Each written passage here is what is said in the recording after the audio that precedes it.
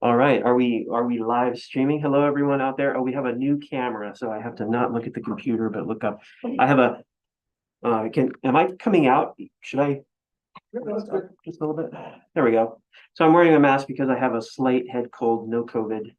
But I just want to say I'm really happy to be welcoming Ellen Buchan tonight to give us a talk about acoustics. She's a member of the Technical Services Branch the government of Alberta, Alberta Infrastructure, an acoustical engineer who has consulted on lots and lots of different kinds of projects, not just recording studios, but classrooms and all kinds of other spaces.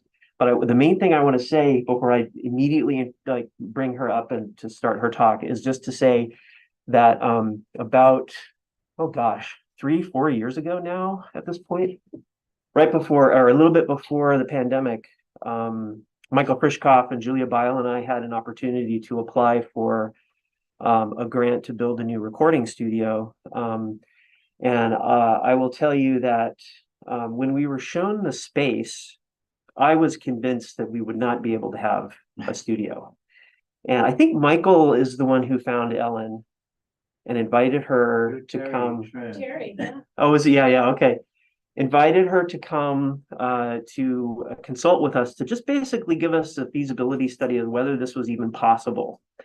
And lo and behold, 3 or 4 years later, we actually have a beautiful, functional, very small because it's a small space, but very beautiful recording studio. We've already done 3 or 4 major projects in it. It is not completely finished yet. The pandemic slowed down our progress quite a bit, but it's finished enough for us to have been able to use it for a lot of projects.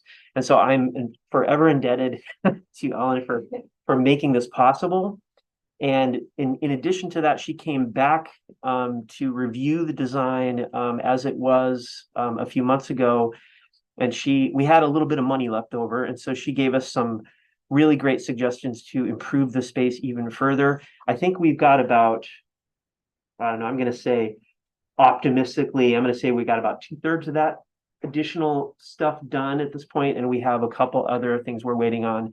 But as I said, it's already functional and we've been able to use it for a number of projects. And I'm just super excited that Ellen was willing to come and give a talk about what she does. And so I'll just turn it right over to her. Ellen, welcome.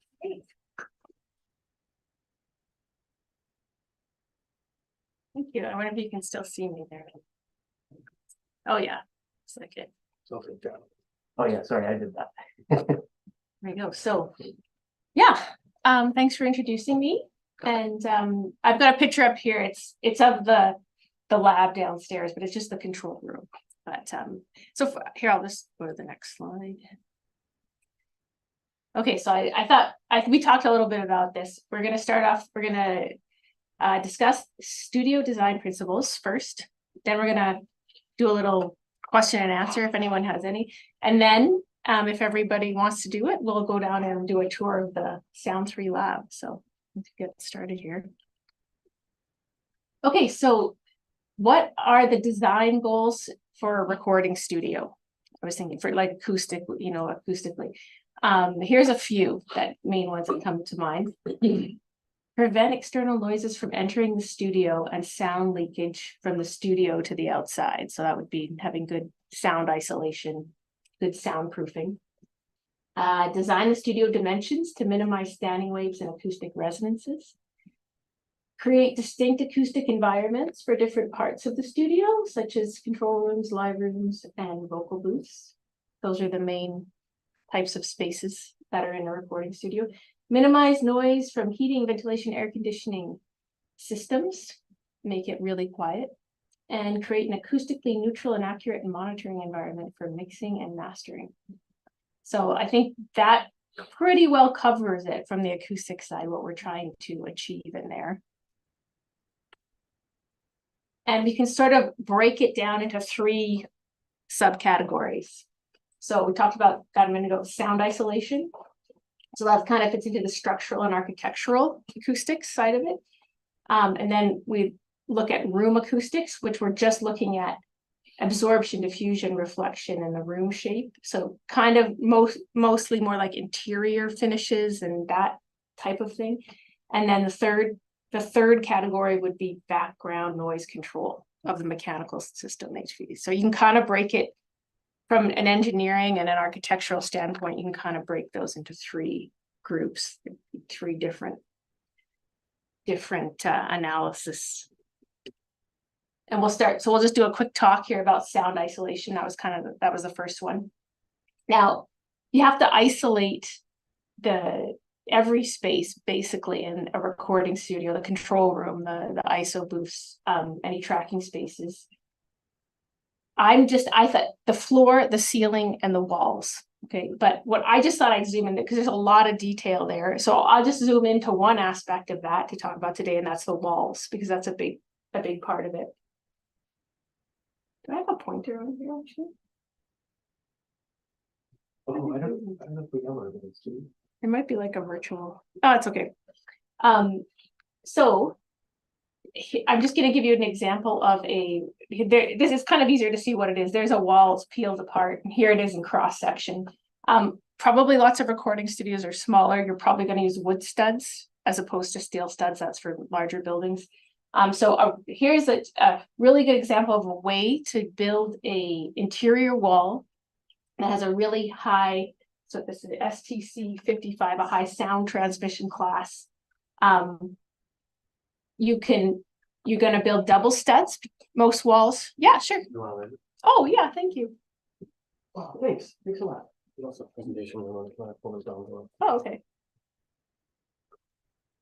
Okay. Oh, I have to put it in. Yeah.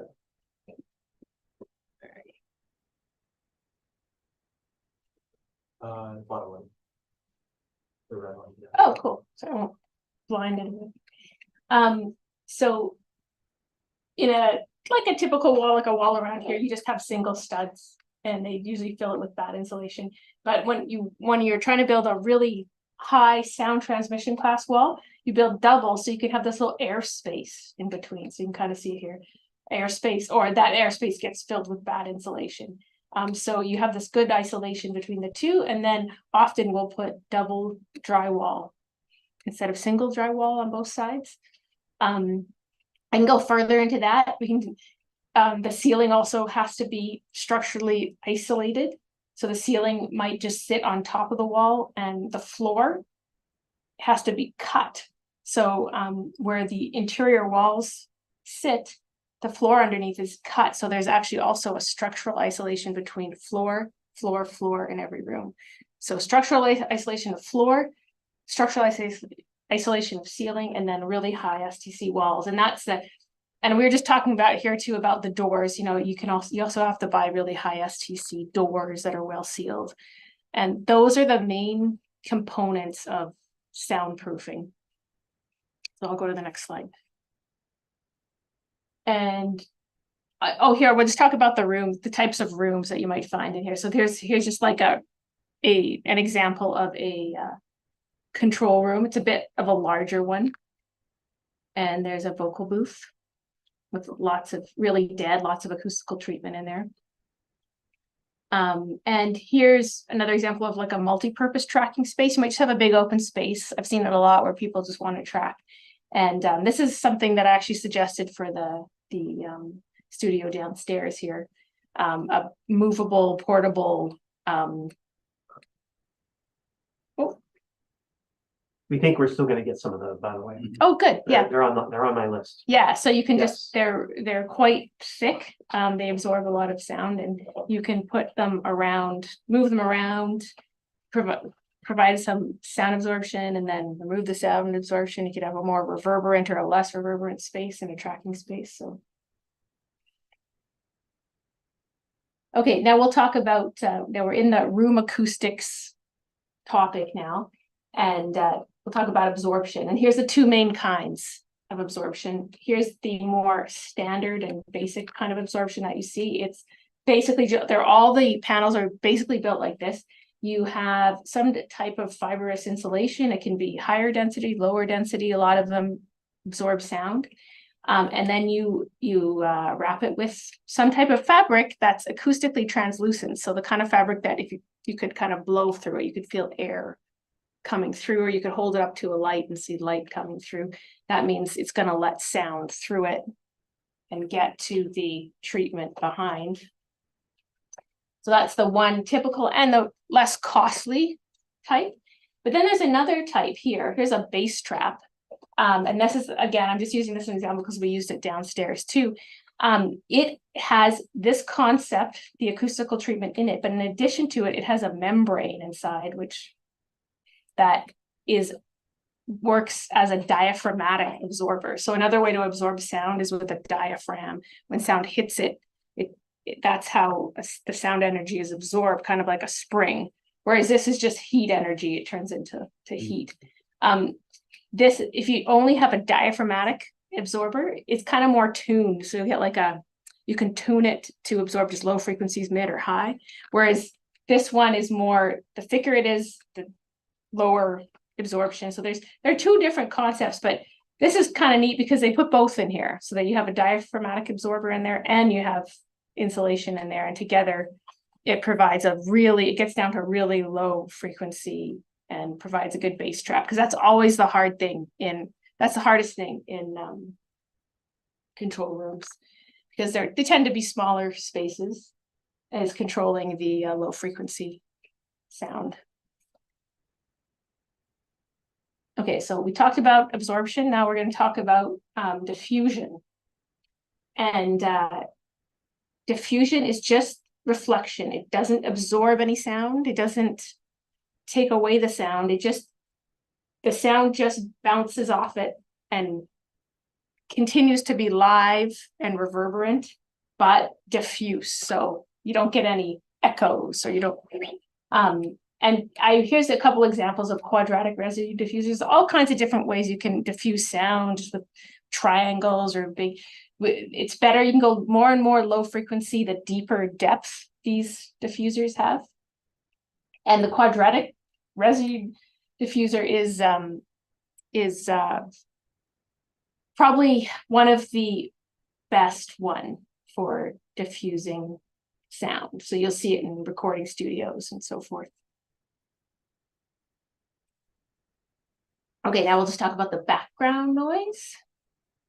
And these are from literature, these are the standards that we're pretty much going to be using. There's for the control room, and there's something for a booth, different examples. So what does it mean here? In the engineering world, we like to use a term called RC, which stands for room criteria. It's kind of like a decibel or an A-weighted decibel. It's a little bit lower. Like if I converted this to decibel, it would be a little bit lower than 20. But different literature suggests different things. Some said 20 decibels, 8-weighted decibels. Some say RC 20. And there's an N there that stands for neutral. That means there can be no tonal component or anything like that. But that's pretty low. So like I'd say right now in this room, it could be 35 or 40 dBA. It could be an RC 40 right now. Like I know maybe not everyone's in the room right now, but for the ones that are, so that's quite a bit lower. So you have to add some design components to achieve that. And we'll get to that. Okay, so now we'll talk about the case study, the Sound3Lab. So I just threw this up there. This is the architectural drawing plan of it. We'll just go to it. There's a lot of stuff written on there right now, but let's go to the next one. Okay, so here's actually the architectural plan. What's all on here? So you can see here's that control room, that picture we're looking at first. That's the control room. This is one of the booths. Booth 1, I think it is. This is booth 2.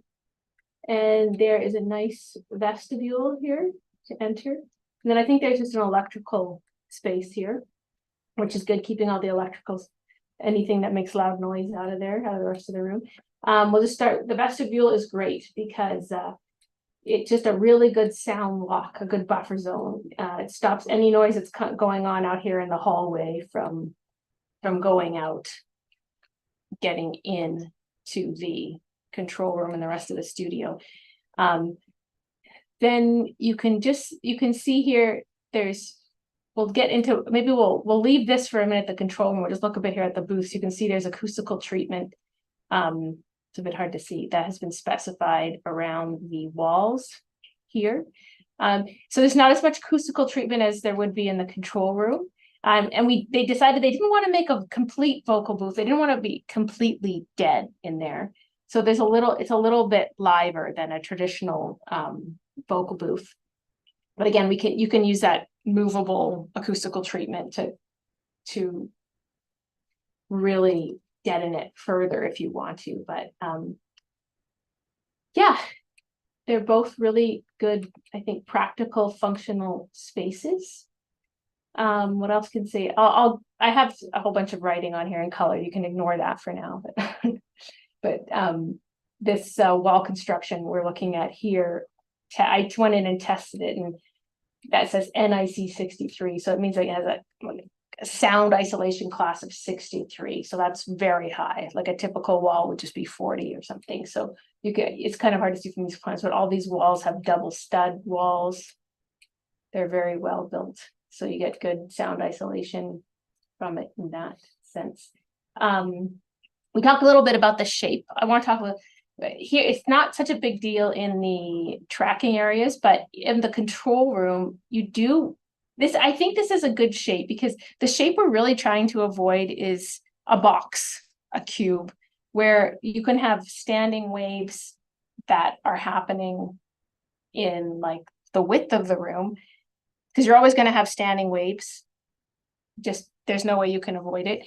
But you don't want to have the exact same standing waves in another dimension, floor to ceiling or wall, the other dimension of the room, because then say if it was at 200 hertz or something, then that's really going to build up and you're going to have this really boomy 200 hertz problem. So there's calculators out there you can use online. You can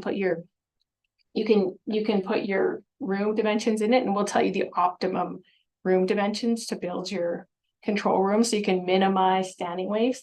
But this isn't a bad one because it definitely not a box, not a cube.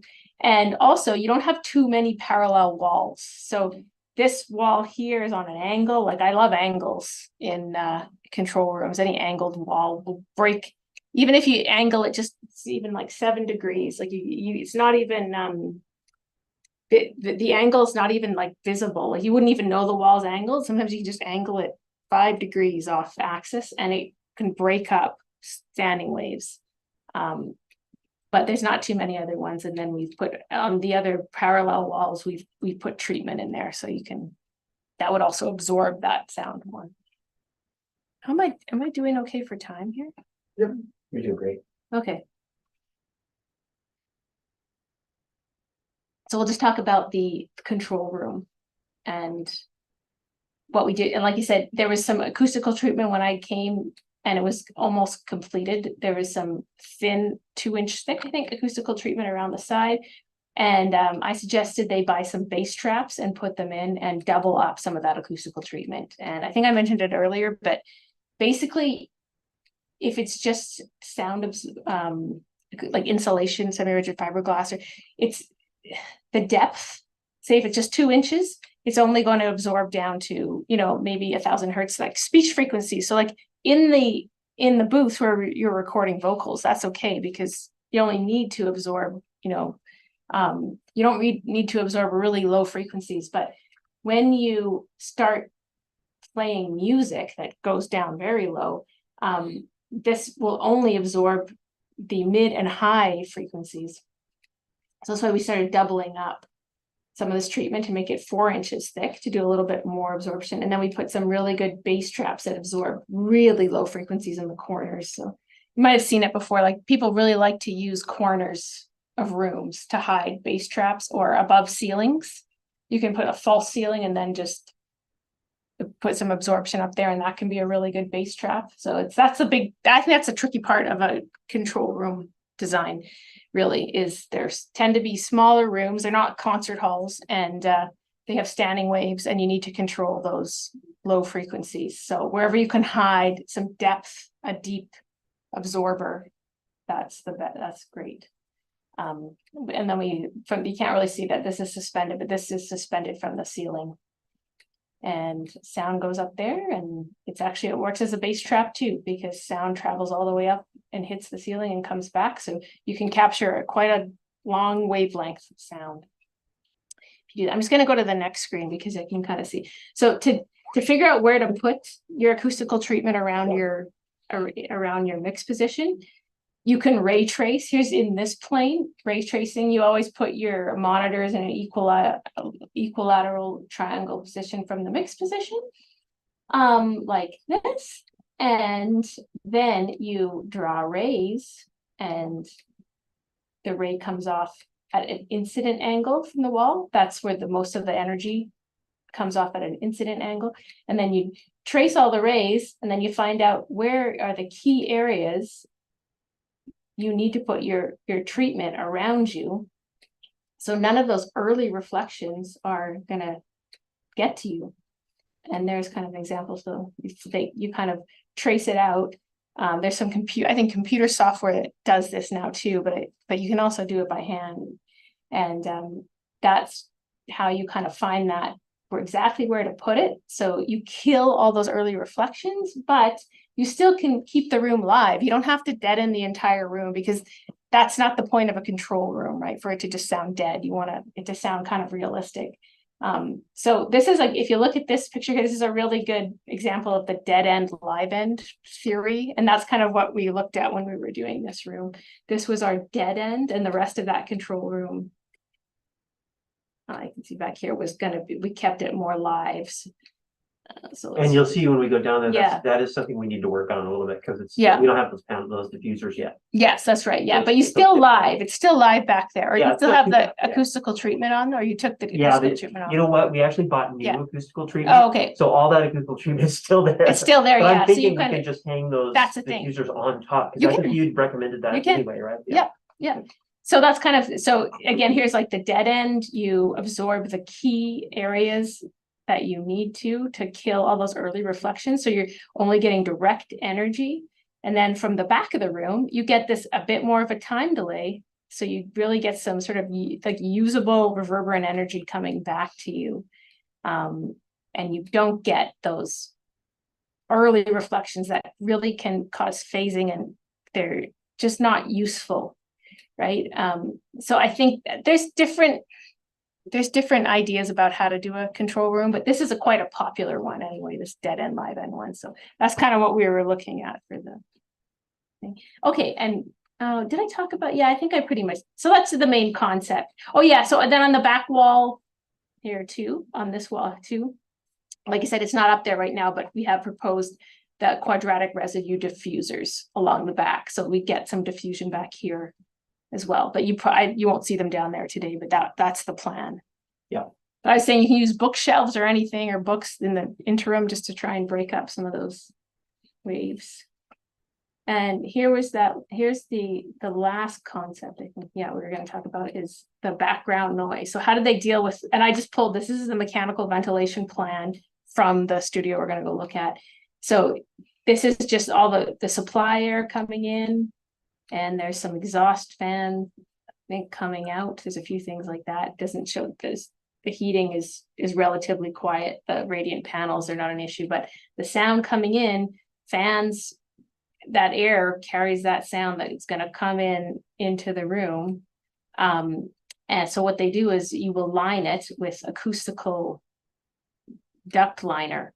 So the whole inside of the duct is lined with acoustical treatment. So and if you have a long enough duct run, so you have to have a pretty good sized duct run, as the sound goes through, it absorbs all that energy. So by the time it gets to the booths and the control room, it's pretty quiet when it comes out. And you make sure that the diffusers you pick don't create a lot of turbulence, because then now you're creating more sound again. So they have to be sized properly and selected to be low noise. And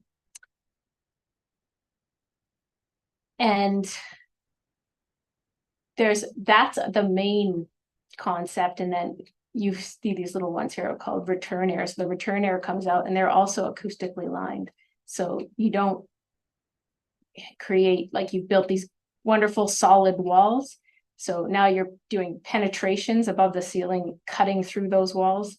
So you make sure that when those penetrations go through, they're really well sealed around them and they're all acoustically lined. So that's the main way. And here we'll go back. And here, I'll just show you on here. So we went and measured. So I was telling you for that RC criteria. So in booth 2, the RC was good. It was RC 12 or RC 18. So that's all below the RC 20 criteria. Up here, it was either RC 15. Like this is, there's different cooling and heating states. We were just checking RC 18. So, and then this was the one that that exceeded it when cooling was on. So we talked about that. Maybe you can switch it off. And then if you just have the heating on or you're just running the heating, you're pretty close. You're in RC 22 and the criteria was not to exceed RC 20. So yeah, so it was successful, this ventilation plan they used. It's interesting because the ceiling cloud seems to also like partially dampen the sound coming out of the diffuser. That's interesting. It a little bit. And I was hoping it wouldn't, because I don't want to, because you don't want to dampen stop airflow movement. Right. I think it's kind of halfway. I'll have to see. I can't remember exactly where it's placed, but yeah. So yes. I guess it's because there's existing forced air that you feel like you have to deal with that. But I mean, there's radiant heat or something that wouldn't even involve. Well, that's the thing. Like this, see these are radiant heat panels here. So it's mainly getting its heat from the radiant panels, but you still need fresh air, a certain amount of fresh air. So you're always forced to have these vents bringing it in. There's different ways to do it, of course, but this is a very standard one from above, right? Like, I have a question about that. Oh, the same one? Yeah, the same one. So it's also recommend, I know we couldn't do this because of the kind of space it is, but is it also recommended that the ductwork be as large as possible, like in terms of volume? Yes, and you want to reduce turbulence. Yeah. And I think if you're trying, it's dependent.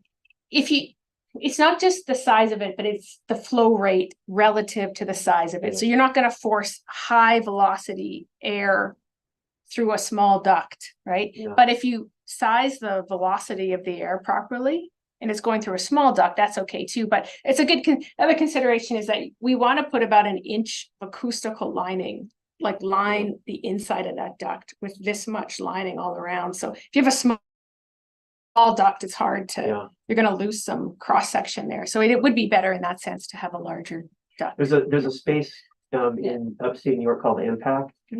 And I took a tour of it, their orchestra hall, which is huge. It's very huge. You walk into it and you literally can hear a pin drop. And I was asking them how they did it. And they came and showed me that like underneath all the seats, there are these diffusers like that, like little round ones. Yeah. And what they said is that underneath the hall, there's a space of equal volume to the entire hall. Yeah. It's that like huge vacuous space down there that is the ductwork. And so all the air rises up that space and there's no turbulence at all. And it's unbelievable. Now, it's so quiet. If you go to the Jubilee here in Edmonton and look down, you're going to see grills on the floor. And that's the exact same concept. So they have this huge mechanical plenum below. And it's just, it's really quiet. That's probably the quietest way to do it. But you do need like a big. But you need you got dig like down,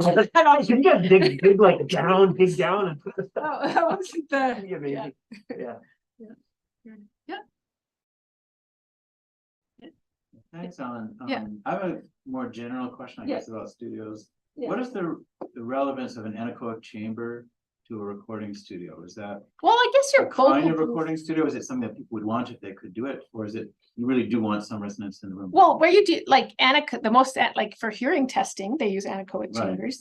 But for vocal booths, you kind of want a dead. Like I know people doing podcasts and stuff like they do. I think like you guys might know more about that, but they really do want a dead space. That would be the ideal. But those anechoic chambers are nothing like. Well, there's no reflection at all. There's no reflection. All direct. But the background noise level is significantly lower too than what we talked about, that RC 20. It might be like RC 0. So when you're in an anechoic chamber, it's there's almost no perceptible background noise, Yeah. and they're completely dead. Yeah, so they'd be like really thick acoustical treatment.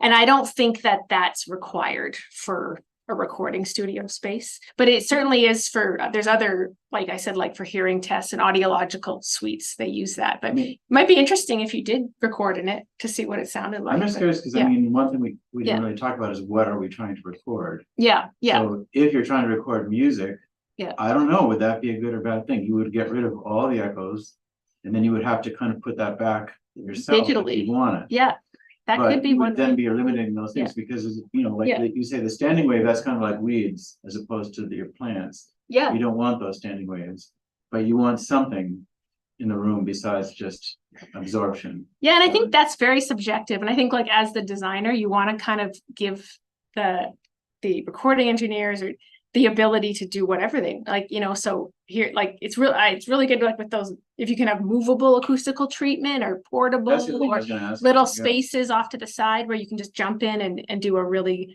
put your drum kit, and it's highly absorptive, like have some variety, because maybe some would like a really dead environment, but some kind of want a more live environment. So here you have a couple options, right? They haven't deadened it too much in the booths, but it's and then they'll have some portable treatment in there too, that they can, if you want to make it more so. But So you can use sort of like sliding panels or things like that could be used in sliding panels, or like sometimes just panels that you can take off, just take flip. them off. Curtains aren't that great, but if they're deep enough, you can. Oh. I wouldn't actually suggest curtains, but there's or just like little nooks where you can go off and it's really dead, and you can do a vocal try. I always think vocals, they want it dead the most. I don't know, but for like speech, perhaps more than singing. Yeah. In your first Yeah. couple Oh, sorry. slides, just, Yeah. in terms of air Yeah. circulation, I mean, modern high efficiency furnaces use a DC fan, so the principle is that it's on all the time, circulating the air all the time, so it doesn't have to be on as one big blast of air. So you maintain your air quality, but the fan is almost impossible to hear anyway because it's turning very slowly, but constantly. And like a designer can select a low noise fan too, but like I said, having a really good long duct run is great. Like if any loud noise comes off it, you know, then you have then that sound gets attenuated, you know, the longer the line is. So it is kind of helpful just to have a really long duct run that you can use as a silencer. I don't know if you mentioned at the beginning of your talk or not, but it's mostly for listening spaces, but there are these things called Schroeder boxes that are grooves at various depths based on a Fibonacci sequence or something. It's a number theory thing. It's named after, they have a generic name, but the guy that just invented them or discovered them. That's like the QRD. That's So like this is kind of like is based on a sequence, a random sequence. Slots, but they could be like that. And you can see these sometimes they're just in one dimension. This is called a 3-dimensional, but they have also 2-dimensional that are just slats that are coming out. But so they reflect all frequencies evenly. So that would be great. Like that would, if you're in a room like that, it doesn't absorb sound. It would be live. It'd be so diffuse. So everything would just sound even. You know, like you're. No, I think it would. Like it actually would be great. Like it's hard. It's not. It's sort of impractical. But there's some like recording studios that are just covered in diffusion, like more high end covered in LA. Covered in diffusion. I mean, you can't imagine how much money these things cost. There's so many. They had this beautiful Adobe Atmos room with all of the surround speakers were like hidden behind panels. So you didn't even know. And it was unbelievably cool. It was so beautiful. Yeah, I know. It looks good too. It looks good. Yeah. And as you said, no parallel walls anywhere. Yeah, you won't see. You stay away from the parallel walls and break up the sound as much as you can. But I think this is like based on, I don't know if it's like a Fibonacci sequence, but it's like based on some number theory. and they, you know, test it and test it, and they found that So this that's one. not arbitrary, so that's really. It's not specific to arbitrary. the Yeah, that is not arbitrary. Yeah. And that's another example of it. But there's all different, I think there's all different sequences, but those are Yeah. a couple. There used to be an Yeah. Argentine Yeah. fellow from the math department Yeah. that used to build them for. kind of- Well, that's your guy. That's your guy. We Yeah. couldn't afford to buy them, we had to. Yeah, Yeah. We had to no, find he's somebody. still Yeah. around. Or not, but he was like, either grad student or. Yeah. Adjunct professor or something, and he worked out at Audio Arc, and he built some for their listening. You can build it. Yeah. I sent you the plans. We're gonna do it. So, if they want We to. might still be able to. Yeah. Really difficult to actually. Well, Build them properly. Yeah, Yeah, maybe, but like even if they weren't askew a bit, it's still, I think it would still be good. Like they're still. Yeah, maybe. I've never tried to build one, but Yeah, and I have no skill in such things. yeah, the there are a lot of parts. There's a lot of parts. I mean, physically, Yeah. it's just a bunch of square blocks. but Right, to yeah. get them To get them properly, lined up and, And they have to be in the right sequence. Right. yeah, they have Their to be in the right slots. sequence. Yeah, so those are, I don't know Yeah. how they do that, I've never seen those people. So, the first couple of slides, you talked about the design principles, Mm. and, I was just wondering, was that specific to this room, or are they Like, broadly could be applied to pretty much any? just like these kind of, that Yeah. or that, yeah, I would say that, yeah, that's the basis of recording studio design. Okay, so Yeah. those are like the Yeah. three general areas, and Yeah. then the next one is like the. Yeah. More. This one, or just like, or this one. Yeah, that one. Yeah, design goals. I think from my work in recording studios and from the literature, I think these are the main goals for acoustically for the room. The mathematician who developed those boxes too didn't pat it deliberately. Oh, really? Anybody can. Yeah, look at could it you? On a mass Yeah, scale, if yeah, they want to. So, so I know this is just, we're Yeah. talking about acoustics, but was there any consideration about electrical interference and electrical signals? yeah. Now, we didn't really get into that. I wondered, I worked Yeah. with that though, cause I was involved in another project years and years ago, and we had them install a completely separate electrical system that had a true earth ground, and they painted all the receptacles were orange.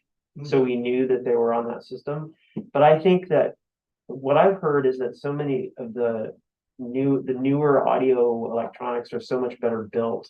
Hmm. That it's almost not as necessary as it used to be, although I don't know, I don't know what I'm talking about, but.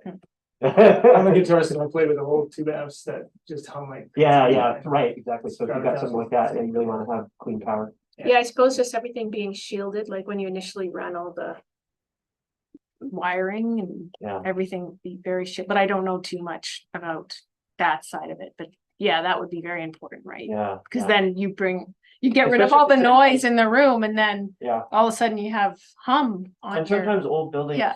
don't actually have a true earth ground there, it's just tied into the plumbing or something, and so you end Yeah. up with a lot of problems, you don't get a safety ground, and it's like actually in the ground. Yeah. So, and it sounds very different to mechanical noise, you know, like if you can hear it, like, it sounds very different in electrical hum to, so at least you can determine what it is. yeah. What about using noise canceling headphone type technology in the recording process? Does that, if you do have noise and you can't get rid of it, is In the there a room. way of incorporating that? Well, I think that's just another concept, like you could mix entirely with headphones on, and it wouldn't matter what room you're in, right? But the purpose of the control room is to try and get you into a environment where that would be similar to what people might be listening to that music in, right? So I guess if you're like, okay, well, now I want to hear what my music sounds like for somebody listening to headphones, that you can put on your headphones, right? But you want to take them off too and kind of hear what your Yeah. music What they- sounds like in a live space Yeah. too. Some recording engineers I know go put it in their car, Yeah. was Yeah. gonna Right? say, I used to do and that they, a lot. yeah, because that's another Yeah, unique common space. space. But the And- control room's kind of like gives you an impression of if you were just sitting in a space like that, would be a good representation of. it's interesting too, because now what they do in control rooms, so there used to be, Yamaha used to make these speakers called the NS10s, which they would always put in the control room in addition to the really nice monitors to simulate consumer speakers. Now what they do is, I've seen this a couple times now, they have the beautiful speakers that you do the mix on, and then they have the alternative mix, which actually goes through a Bluetooth speaker, a mono Bluetooth speaker that just sits underneath the computer monitor. That's how they do it now. Because most people listen to the music on those things, right? Yeah, just. Well, and you have to mix the steps differently Yeah. from Yeah. LPs or whatever, because you were listening to something coming from a different source that had limitations, so. That's Yeah. right. Yeah. And you care about where on the record the track is too, like the bass is better in the outer part yeah. than the inner, because Oh, is it right? there's more surface area. Oh. So you put the bass heavy tracks on the outer part. Oh, Yeah. Is that right? Yeah. And now there's that, Peter Jackson used that technology to clean up the Beatles documentary. Oh, yeah. And listen to the voices phone in, so now they have it on phones, you see ads now for phones. That if you're taking a picture of the scenario they use in the commercial is, she's taking a picture of her grandson talking his first words or saying something. And someone turns on a blender or something at the same time, and then after the fact, she presses a button and it takes away the Takes it away. blender noise. Yeah. You know, Yeah, so yeah. they did that for this recent single by the Beatles. They had a horrible recording with a lot of hiss And cleaned it up. and Yeah. cleaned up the vocals and guitar. So in designing the control room, do you Yeah. have to take into consideration ahead of time where the monitor speakers are gonna be? Yeah, I think that's the first thing that you decide. The first thing I would decide, there, it's not on here. This is the best thing I have. I didn't draw where the console is, but the first thing you have to decide is sort of where you want the console to be. And then, you put it in the center of in this case, the dead end. of Yeah, the and you'll room. see how we do it down there. We Yeah. have a couple, we have to Yeah. actually figure out a little bit Yeah. of a better plan for how we're doing it down there, but. Yeah, and then once you have that chosen, then you kind of determine where you're gonna be sitting, and then from there, you're gonna try and get as much as you can, an equilateral triangle back from the mix position. Where do I have that? Here, yeah, you can kind of see that here. It should be an equilateral triangle here. So then from that, now you've determined where your monitors are going based on the mix position and the console. Actually, I have a question Yeah. about that too. I Yeah. know that it's usually the case that you don't want to have monitors too close to the walls. But in the situation where you have adequate absorption and bass traps and all Yeah. that, is it okay for them to be a Yeah, little well, closer? here's a. Because down there, we don't Yeah. have a lot of, Well, here's a trick actually that you can do, because you know how I said we're trying to kill all these rays that, okay. Yeah. Because these monitors have very low frequency woofers, the sound radiates out the back of them too, right? right. And that's why we like to put a lot of acoustical treatment behind in this area, and you'll see it downstairs, like those bass traps are right here, right? And they're catching a lot of that non-useful low frequency noise coming off the backs of the monitors. So and you'll see this too. So one way to deal with this is just encase them. So Right. some people will just build a shelf here, and then they'll encase their whole monitor. So the whole back of it is just no sound is coming into the room. That splashback coming from the back of it doesn't get into the room, because it's not useful, because it just ends up being not useful energy coming off the back typically. Like we keep some of it live, Yeah, well, that's the thing. It's close. It gets close to you. It's so that's another trick. Yeah.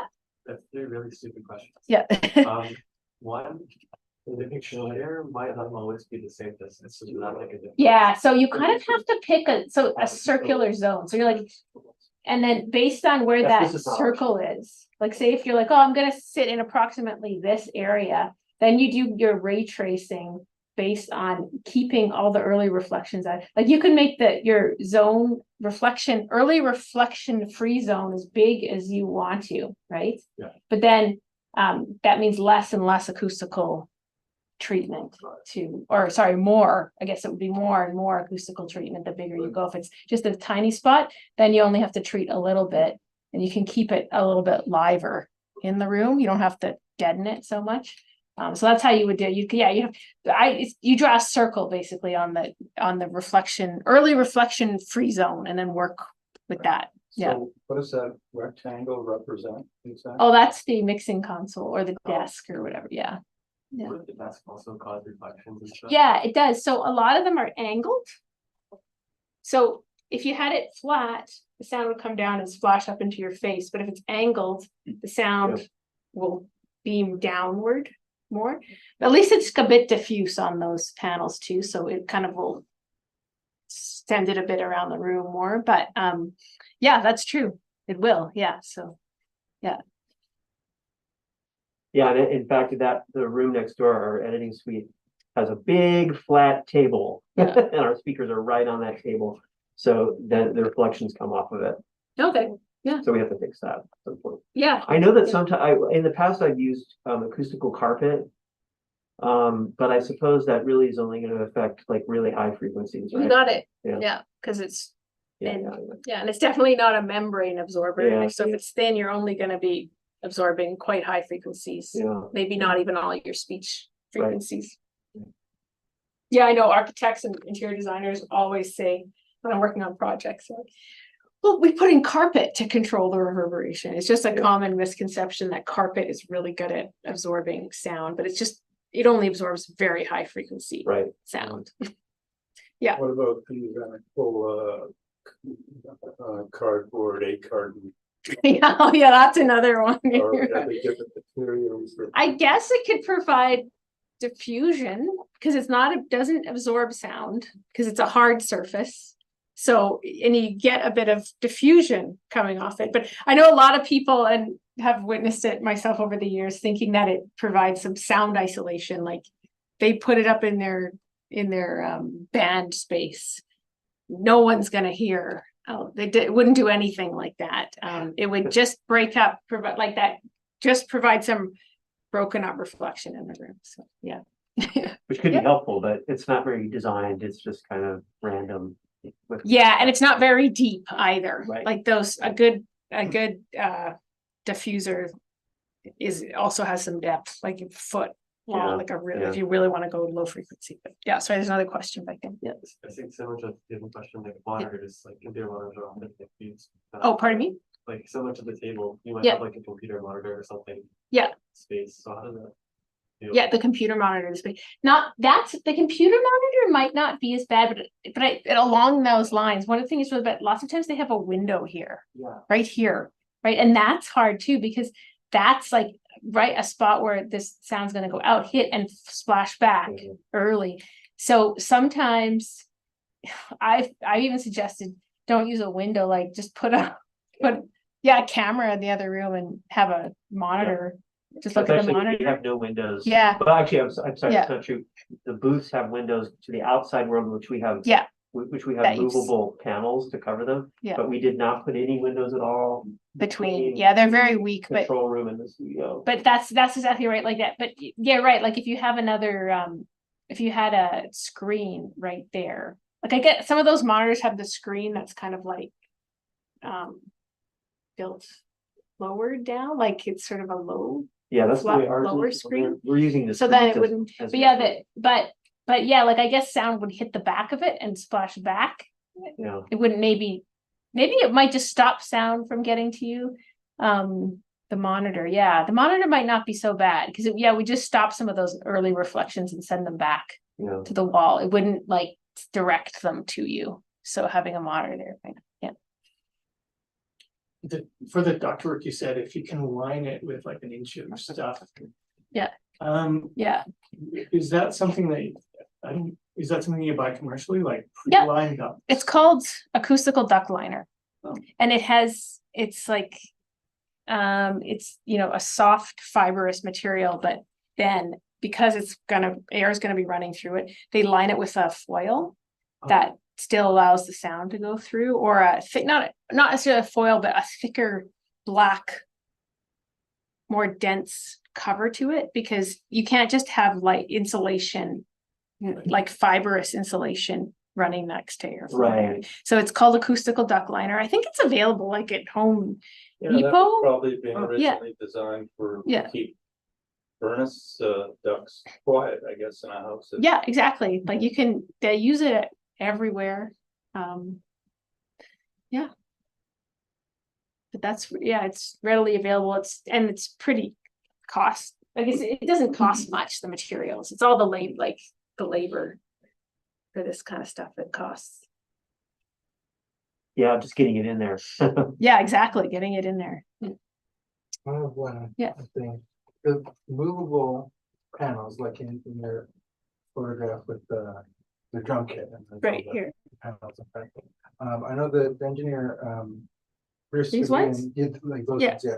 Bruce Sodian used like big cylindrical Yep. things for that same sort of purpose. Yep. But is there advantages or disadvantages to the shape in that case? Not really. The thing about this kind of thing is that it doesn't even matter what if you're pulling them out from the wall, it doesn't even matter what the thickness is, because sound's gonna go, and if there's no membrane inside, sound's gonna go through it and go right through it. And the sound's gonna keep going until it hits the next reflective surface and come back. So if you have just even a 2-inch thick, that was only 2 inches thick, okay? And the more you pull it out from the wall, the more low frequency sound, like the deeper it's going to absorb sound. So these are really effective. So if that thing was cylindrical or if it was square, it wouldn't really matter as long as it was away from the wall. If it was going to be right up against the wall, then you want as thick as possible. But if we're just talking like sound, like the insulation, like fibrous material absorbing sound, it's really more the thickness as opposed to the shape. That makes sense. But the trick is to pull it, even if you have something thin, pull it off the wall, because you're trying, yeah. So you could use something like a room divider, those sort of, they're about 6 feet tall and Yeah, 8 well, feet long. one time I was working on a recording studio and we bought cubicle. We went to a we went to a sale. We bought a bunch of old government cubicle panels for Right. cubicle walls. And then there's a membrane. And so we just ripped out the membrane in the middle of it. So all that was left then was the acoustical absorptive material and the fabric on both sides. And then you just pull that out from a wall. Like, you can have your speakers right here. You can put it right behind the speaker. And then anything that radiates from the back of the speaker gets a lot of sound trapped from that depth. You can catch like a really large wavelength, right? If you do that. So yeah, that's exactly right. You can sit in the middle of the room, just put some thin panels around you, and that would absorb a lot of air. Go down as low as you want in terms of frequency. So it's easy to absorb high frequency, right? It's just the low frequency is the challenge. Yeah.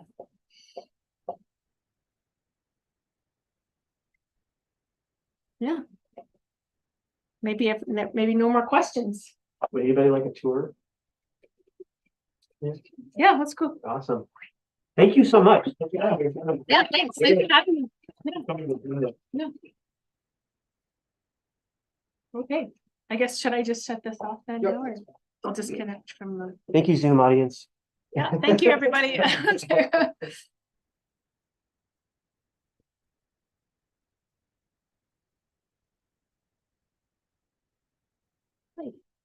Oh, just need the presentation. Oh, sorry. Anybody who would like to. Oh, was it? Yeah. it's the Okay. same. Down and